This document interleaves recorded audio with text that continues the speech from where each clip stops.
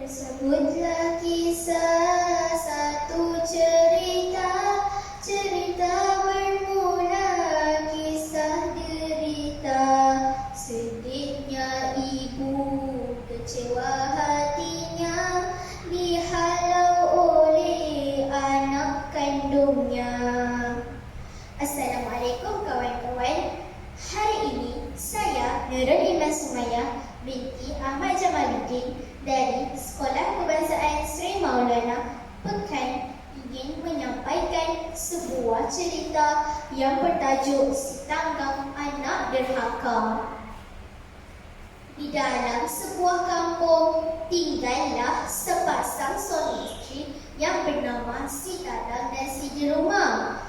Mereka mempunyai seorang anak lelaki yang bernama Si Tanggang.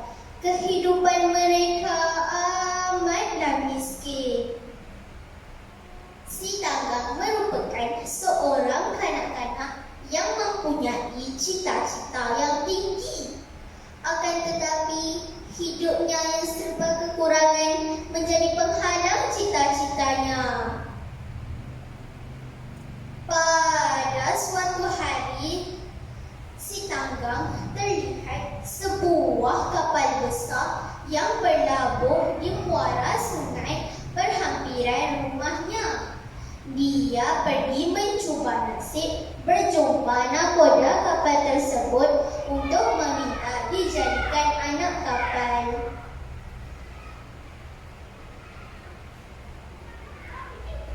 Walaupun ibu dan bapanya keberatan untuk melepaskan Si Tanggang berlayar, tetapi mereka terpaksa mengalah. Si Tanggang berjanji akan pulang setelah dia menjadi kaya. Maka bermulalah perubahan hidup Si Tanggang. Tidak beberapa lama kemudian, nakoda amat menyukai Si Tanggang yang rajin bekerja. Lalu Si Tanggang diambil sebagai anak angkat.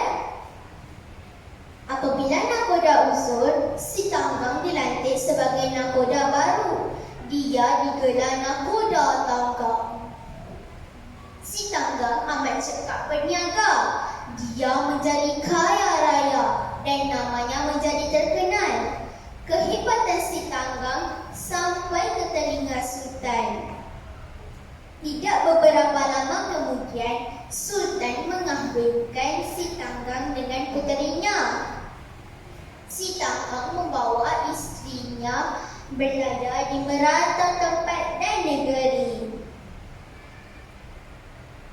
Pada suatu hari, kapal Si Tanggang berlabuh di muara sungai kampung asal musuhnya.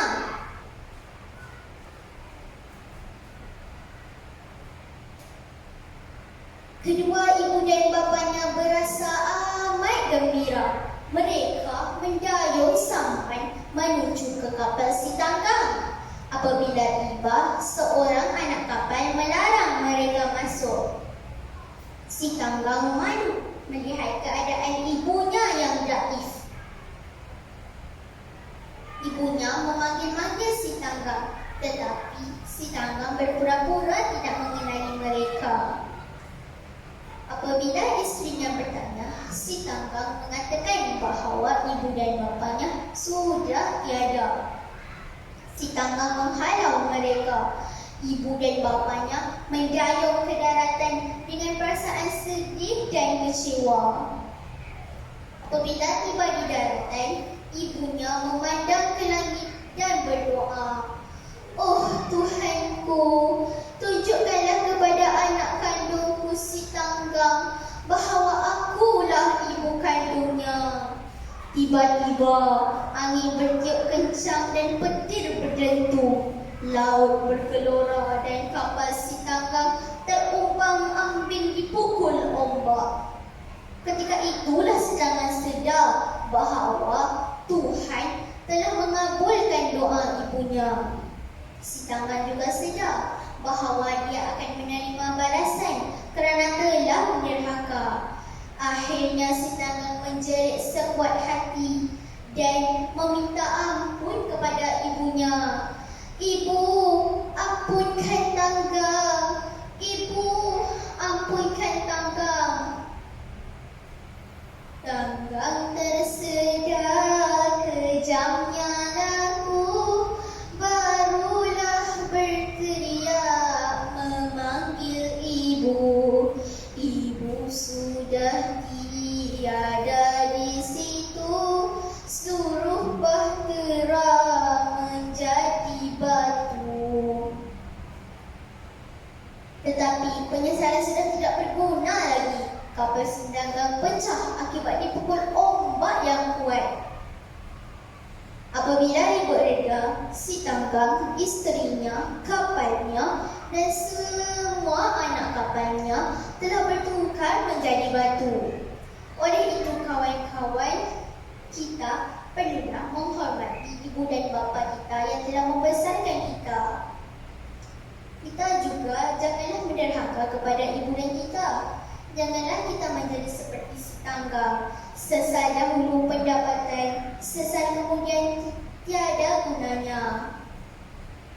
Buah jambu di bawah tangga, buah kelapa dibawa ke desa. Kasih ibu bawa ke syurga, kasih bapa sepanjang masa. Biji terima, biji selasih. Sekian, terima kasih. Assalamualaikum warahmatullahi wabarakatuh.